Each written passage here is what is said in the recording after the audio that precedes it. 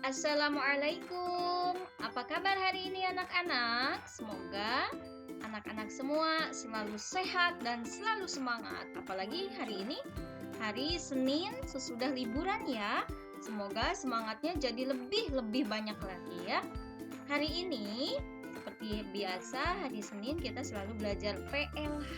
Kemarin di pertemuan sebelumnya kita sudah masuk bab 2 penanggulangan pencemaran lingkungan.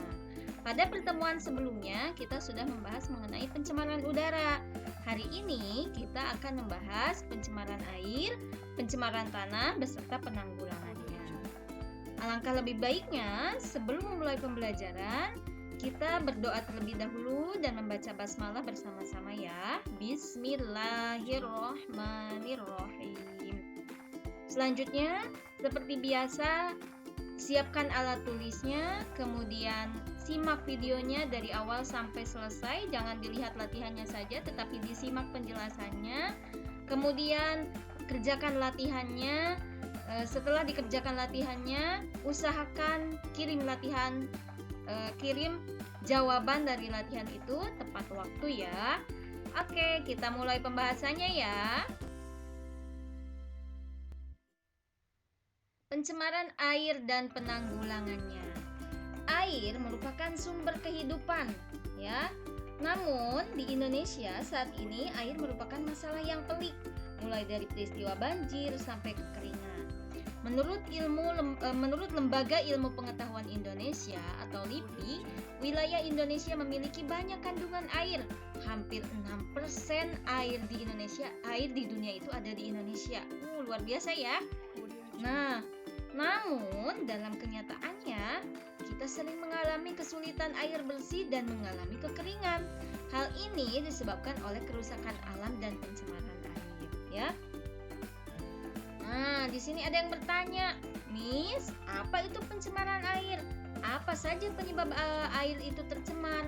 Bagaimana ciri-ciri air yang sudah tercemar? Dan juga bagaimana cara penanggulangannya? Kita bahas satu persatu ya. Pencemaran air adalah terkontaminasi itu adalah masuknya zat-zat lain ke tempat penampungan air seperti danau, sungai, lautan, dan air tanah sehingga menyebabkan terjadinya perubahan keadaan di dalam air itu sendiri. Ya. Lalu, apa saja penyebab pencemaran air yang disebabkan oleh kegiatan manusia? Ya, karena ada juga air bisa tercemar oleh keadaan alam seperti gunung meletus, kemudian gempa bumi, badai, itu tidak dimasukkan ke dalam pencemaran ya. Yang dilakukan oleh manusia ini penyebabnya antara lain yang pertama air buangan dari rumah tangga di rumah kita nih. Biasanya ada air bekas cucian, air yang berasal dari kamar mandi bekas kita mandi, kemudian air dari dapur misalkan habis cucian piring ya, itu akan mengakibatkan pencemaran air. Kalau dibuangnya ke sungai, ke selokan itu akan mencemari air yang ada di sekitarnya di tempat penampungan itu. Kemudian yang kedua, limbah industri seperti pewarna pakaian, minyak, plastik, kain, gas, asap, lumpur dan lain-lain. Pokoknya yang berasal dari limbah industri seperti yang sering kita lihat di pabrik-pabrik itu, mereka akan mengeluarkan banyak sekali limbah yang akan dibuang ke sungai ataupun ke danau. Yang itu limbah tersebut akan mengakibatkan pencemaran pada air yang ada di tempat penampungan itu. Kemudian yang ketiga ada limbah kendaraan seperti oli ya. Oli biasanya kalau nggak dibuang ke tanah itu bisa juga dibuang ke sungai ya biasanya. Nah itu bisa menyebabkan terjadinya pencemaran air. Yang keempat sampah, seperti kita ketahui sampah itu di sungai banyak sekali ya. Nah sampah ini banyak menyebabkan pencemaran air ya. Yang kelima ada barang-barang rongsokan. Masuknya air limbah dari baik itu limbah dari rumah tangga, limbah industri, limbah kendaraan itu akan mengurangi kandungan oksigen pada air sehingga mempengaruhi mutu air ya. Lalu air yang sudah tercemar bahan berbahaya disebut sebagai air kotor. Air kotor ini tidak bisa dimanfaatkan oleh manusia, tidak bisa dimasak, diminum ya, tidak bisa. Nah, ciri-ciri air yang sudah tercemar yaitu yang pertama, baunya menyengat dan tidak sedap. Timbulnya bau pada air merupakan indikasi kuat bahwa air sudah tercemar. Air yang bau dapat berasal dari limbah industri yang tadi sudah disebutkan atau hasil dari degradasi oleh mikroba. Degradasi itu adalah penurunan kualitas yang dilakukan oleh mikroba. Mikroba yang hidup dalam air akan mengubah organik menjadi bahan yang mudah menguap dan berbau sehingga mengubah rasa air. Yang kedua, ada ciri-cirinya itu yakni air berwarna kotor dan keruh. Air normal itu biasanya itu tidak berwarna ya, bening. Tampaknya itu bening dan jernih. Kalau airnya sudah tercemar, itu pasti ada kotor dan juga keruh seperti coklat. Kemudian kalau dari limbah industrinya itu bahannya hijau berarti akan hijau ya. Itu berarti ciri airnya sudah tercemar. Yang ketiga, kalau diraba terasa ada zat lain yang menempel ya. Bahan yang mencemari air itu kan ada bahan yang larut dan juga ada bahan yang tidak larut. Bahan yang larut berasal dari limbah ya, hasil dari proses industri. Kehadirannya mempengaruhi keberadaan air. Air yang normal dan bersih tidak akan terasa lengket ya. Namun kalau air yang sudah tercemar itu akan ada terasa lengket kalau diraba itu ya.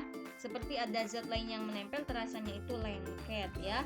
Nah, limbah industri yang berbentuk padat ini akan mengendap ya. Kalau tadi cairannya itu terasa lengket, kemudian limbah padatnya itu nanti akan mengendap ya di dasar penampungan air. Kemudian yang keempat, di dalam air itu terkadang terdapat binatang kecil. Contohnya misalkan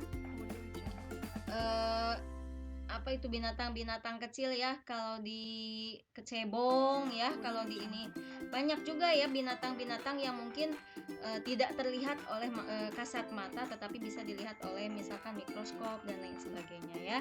Kemudian bagaimana cara menanggulangi pencemaran air? Nah, untuk menanggulangi pencemaran air, kita harus lihat penyebabnya. Tadi sudah dijelaskan. Berikut cara penanggulangan pencemaran air. Yang pertama, memperkecil buangan limbah cair dari rumah tangga dengan cara memanfaatkan air buangan tersebut berkali-kali ya.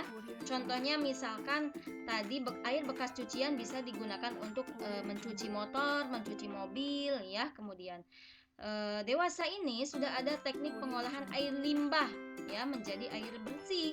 Salah satunya adalah dengan purifikasi air kotor, yakni pengolahan kembali limbah industri dan rumah tangga.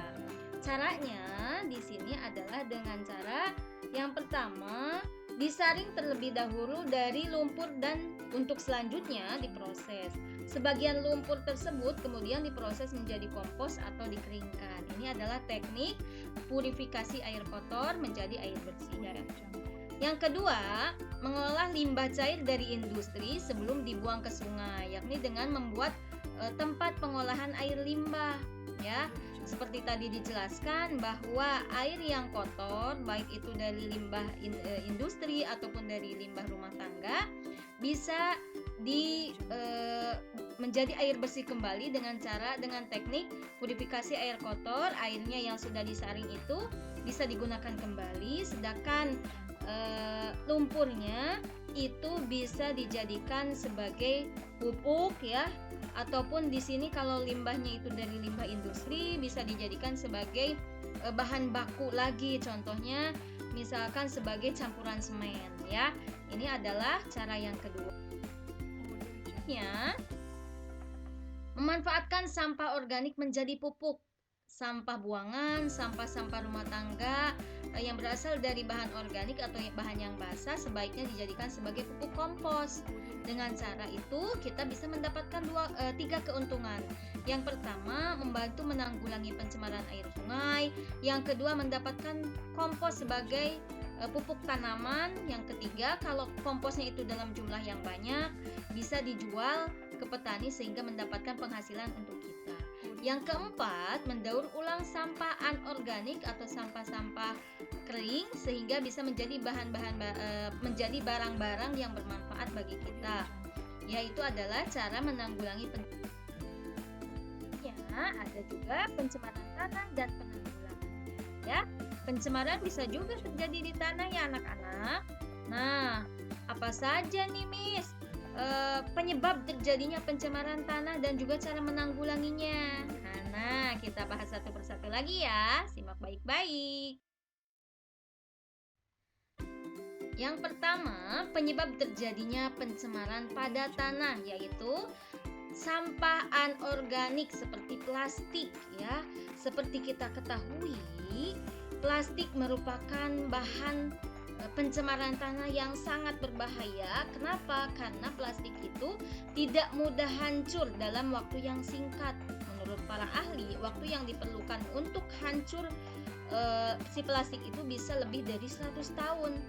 Jika kalian terus-menerus membuang sampah plastik itu ke dalam tanah, lama-kelamaan plastik di dalam tanah itu akan bertumpuk dan akhirnya akan mengurangi mutu tanah dan juga akan mengakibatkan longsor. Seperti kita ketahui atau pernah mendengar di berita-berita, pada tahun 2003 itu di Jawa Barat, di Bandung Jawa Barat itu ada longsor bukit sampah. Itu terjadi karena apa? Karena buang sampah yang terus-menerus sehingga tanah tidak bisa tidak bisa menyerap air dan juga tanahnya itu mengakibatkan longsor ya. Karena tidak bisa diatasi, tumpukan itu mencemari lingkungan setempat termasuk air dan juga tanahnya itu menjadi bau ya. Kemudian yang kedua, bahan kimia biasanya dari limbah pabrik seperti hidrokarbon atau racun serangga. Nah, hidrokarbon ini biasanya ada di minyak bumi ya. Biasa digunakan untuk bahan bakar ya. Kalau misalkan hidrokarbonnya itu di pabriknya itu terjadi kebocoran atau misalkan tumpah, itu akan mencemari tanah ya, sehingga tanahnya itu akan berkurang mutunya. Kemudian cara menanggulangi pencemaran tanah, yang pertama membiasakan diri memilah-milah sampah, pisahkan mana sampah organik dan juga sampah non-organiknya, sama seperti cara menanggulangi pencemaran pada air. Kalau sampahnya organik bisa dijadikan sebagai pupuk kompos, kalau non-organik bisa dijadikan sebagai barang diolah menjadi barang yang bermanfaat dan bisa dijadikan sebagai mata pencaharian dengan cara dijual. Kemudian yang kedua, daur ulang sampah padat atau sampah non-organik. Prosesnya itu yang pertama dipilah dulu, kemudian kumpulkan, kemudian pemrosesan, dan yang keempat adalah pembuatan produk bekas pakai ya. Contoh sampah-sampah yang padat itu contohnya botol ya, kemudian kaca ya, kemudian plastik ya, kertas, itu juga bisa dijadikan sebagai daur ulang sampah padat dengan cara tadi prosesnya yang sudah dijelaskan ya. Mudah-mudahan bisa dipahami dengan baik ya. Latihan di sini kalian kerjakan, kemudian kalian kumpulkan jawabannya maksimal jam 19.30 ya Kak.